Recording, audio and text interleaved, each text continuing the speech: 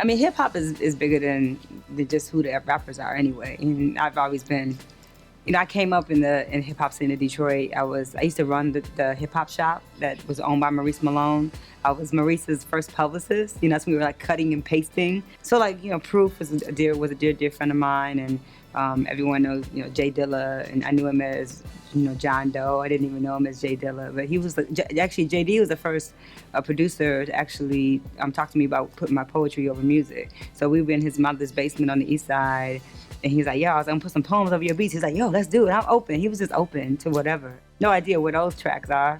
We need to find them. But and so I came up, I was a poet in the middle of that scene. So I definitely, had an MC sensibility. And I think being around the MCs, I watched them, how they got down on the mic and the confidence it took to take over a crowd. But as a woman, I had to do different things, and it's for me, it's, I could have just focused on maybe trying to rhyme, but I was definitely a poet. But hip hop informed my work. Chuck D, Public Enemy, The Last Poets, Gil Scott-Heron. I have teachers. And a lot of music, I grew up in Detroit, so Motown is in my music. So, I grew up listening to Gladys Knight and Marvin Gaye and Smokey Robinson, Temptations, like that, soul music. And that's what's in the music that the record that's coming out, Black Tea, The Legend of Jesse James, the record that's coming out on Javoti, which is Talib's label, has been really a long time coming for me because I've been an author. I've written 4 books. I have 13 books on my press. I published Saul Williams' first book, Raz Baraka, who's the mayor of Newark, Danny Simmons, Russell's brother, who started Def Poetry Jam with his brother. I published his book. So I've been publishing the other writers and poets of my generation. I moved to New York City in '95, and as a Detroiter with like a blue collar ethic, when it comes to work, just being a poet wasn't enough. I was like, okay, I'm a poet, but I'm always gonna be a poet. I was a young institution builder, and that's what I really am. Like, I built an institution around this thing called poetry, and said, how can I get my friends involved so that my legacy isn't just about what Jessica Care Moore did, or Jessica Care Moore went on the Apollo, but now what am I gonna do with it? And that's and because I think I had elders like Sonia Sanchez and Amiri Baraka, who was a really, influential writer and poet in my life, who passed away, and Gil Scott-Heron, like Roy Ayers. Roy Ayers is on my single, You Want Poems. And how did I get Roy Ayers? Because me and Roy Ayers have been playing songs. I've been in the music scene for such a long time. The deals I was offered, like with Sony, Elektra, I got deals after the Apollo. I was offered contracts anyway. But I was smart enough, even at, 22, to know that they weren't good contracts. And it just wasn't my dream to like blow up. I didn't come to New York to get famous. I came to New York to expand my audience for my poetry. And I've been doing that ever since, and just reinventing myself and using elements of hip hop, using DJs and doing multimedia work and things that kind of get overlooked. When they have like things like the Source Awards, I always wonder like, why don't they do hip hop theater awards, or why don't give a hip hop publisher an award? So that we're thinking outside the box of just the 5 elements or whatever, or just giving the rappers all the play, when hip hop is so much broader. And I'm a poet of the hip hop generation for sure.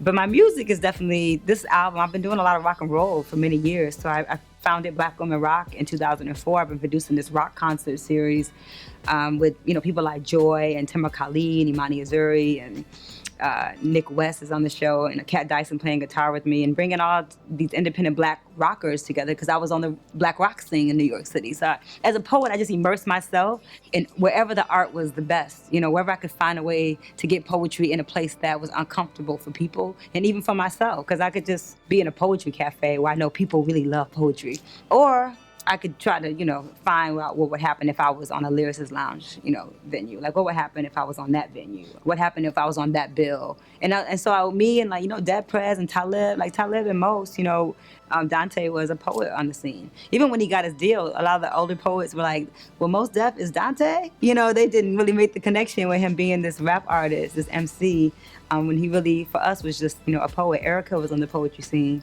Badu in Brooklyn. And so in 1995, I moved to New York at a time when it was just brewing. There was something really special happening in New York City, and I landed there in the summer of '95, and it changed my life.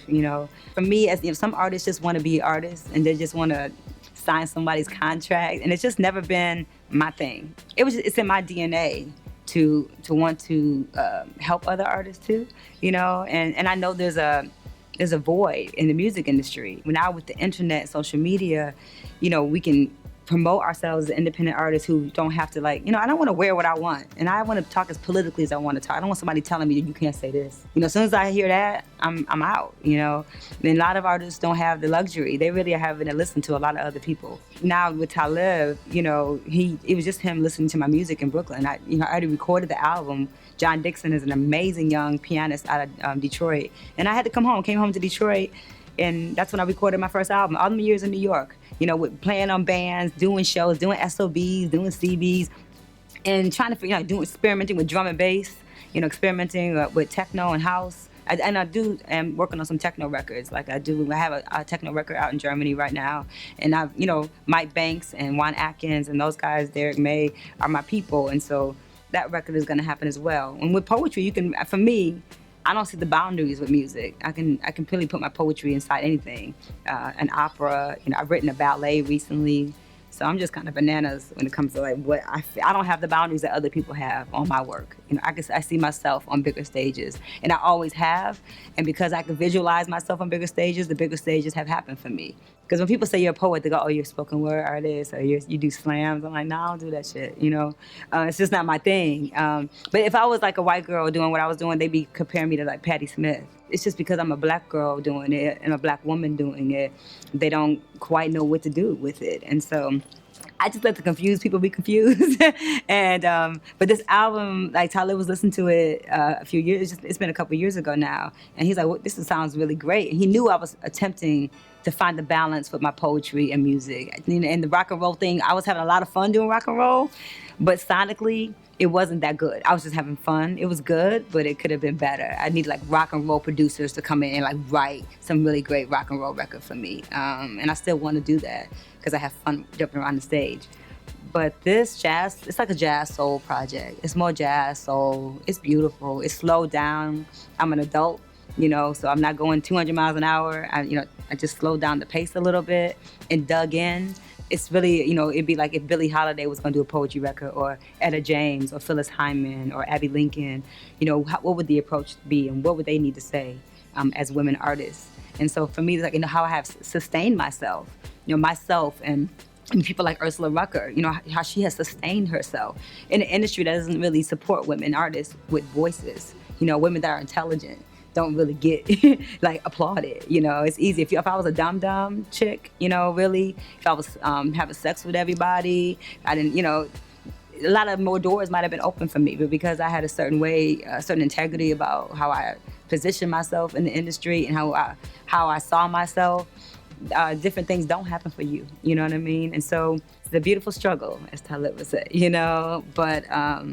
Yeah, the record is beautiful. He was listening to it and he said, what are you gonna do with this? And I said, I don't know, what you gonna do with it? And he's like, you want me to put it out? And I was like, yeah, you wanna put it out? Somebody need to put it out. I sat on it because I recorded that music and I knew it was good. I was like, this is different, I mean, and I don't even know what to compare it to except Gil Scott-Heron. That's because Gil Scott has such a great, to me, was a master of blending his voice with the music and making it, like if I was gonna do an album, I didn't wanna do a spoken word album where I just put my poems over some mediocre beats. And then I got like a spoken word album. I wanted to do a really good music album. And so that's what I have. It's a really beautiful, the music is gorgeous, and to me, like I like listening to it. And the musicians like playing it. And my John Dixon, we sat just like in a little studio and created something very authentic where he was just listening to me do my poems and he was writing the piano, around it. So most of it is very piano driven, I think it's a beautiful piece. And so Talib has been my friend over 20 years. And he said, he called me from somewhere and said, you want me to get you, you want a record deal? And I was like, fuck yeah, let's do it. I'm down. And he worked out my deal with Caroline, and Fat Beats is doing my vinyl, which is crazy because, Fat Beats from back in the day. I remember Fat Beats was just a little store in the village. And so they're doing the vinyl, and I'm excited because, in this industry especially, it's not like a lot of brothers are going to push a woman's voice, or say, because people say they love you all the time, but they're not going to show you how to make more money. Or they're not going to say, oh, you know what, Jessica, your work is really good. You need to sit down with this executive and find a way to get your stuff all over the world. And we're grinding. Talib is independent as well. He's got major distribution deals because of his name. He did the opposite thing. He became, did the sign-on thing, and now he's gone back to independent. And I've just been steadfast and staying very independent. And I enjoy working with him because we have the same kind of work ethic. It's very crazy. Yeah, we're constantly working and grinding and, you know, take care of our children. So, yeah, I'm blessed. I'm happy. I'm happy about Black Tea. I'm excited about it. Yay! I grew up in Bed-Stuy, New York, the home of Biggie, the home of Jay-Z, you know, the home of Fabo. And it was a hopeless environment, but you can see the successes that have come. I don't want to hear about it 6 months from now, talking about what that you want to get it done. Just actually do it. Every 45 minutes, we in the studio. It's like, yo, Rich, think you can make that run now? No problem. I wanted to sing, but I wanted to rap, and I wore a suit in church, but I wore these Adidas with Run DMC. You know?